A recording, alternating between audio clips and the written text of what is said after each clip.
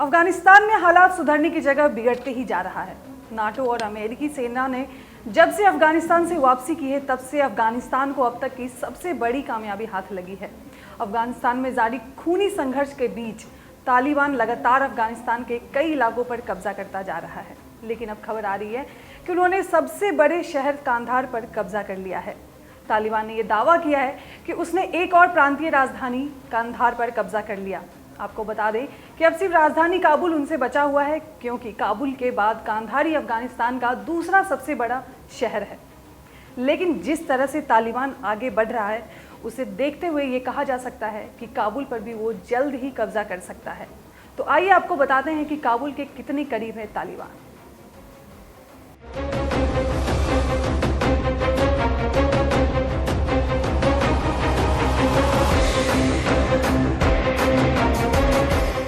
आतंकी संगठन तालिबान के लोग राजधानी काबुल के पास तक पहुंच गए हैं। अमेरिकी सेना की वापसी के बाद से तालिबान पूरी ताकत के साथ सत्ता कब्जाने की कोशिश में लगा हुआ है। आपको बता दें कि वो अब तक कई इलाकों पर कब्जा कर चुका है।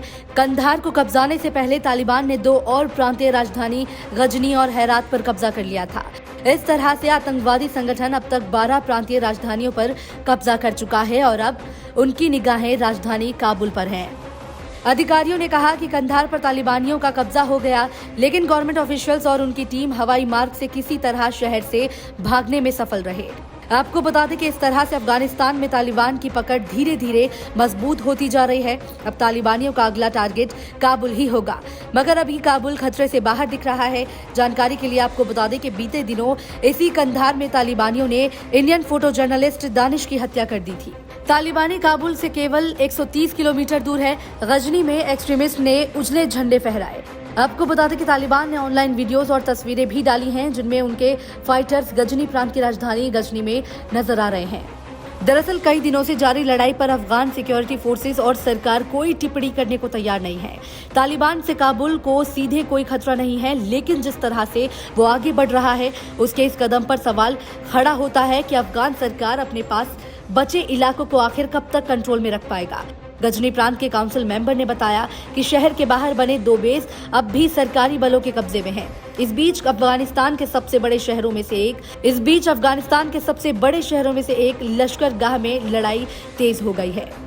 अफगानिस्तान में बिगड़ते हालात के बीच इस साल की शुरुआत से करीब 4 लाख लोग डिस्प्लेस्ड हुए हैं। ऐसी हालात के बीच बड़ी संख्या में लोग अपने घरों को छोड़ने पर मजबूर हुए हैं। यूएन चीफ एंटोनियो गुतारेस के स्पोक्समैन ने कहा, इस साल की शुरुआत से करीब 3,90,000 लोग देश में संघर्ष के कारण डिस्प्लेस्ड हुए हैं। लोगों की संख्या मई में एकाएक बढ़ी है। तालिबान ने अफगानिस्तान के 60% हिस्से को अपने नियंत्रण में ले लिया है।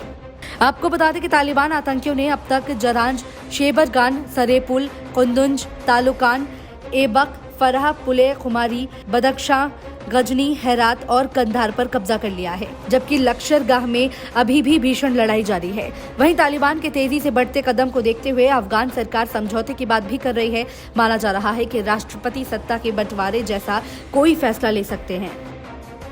अगर आपको हमारा ये वीडियो पसंद आया हो तो द पेपर को लाइक, शेयर और सब्सक्राइब करना ना भूलें। और हाँ, हमें इंस्टाग्राम और फेसबुक पर भी जरूर फॉलो करें।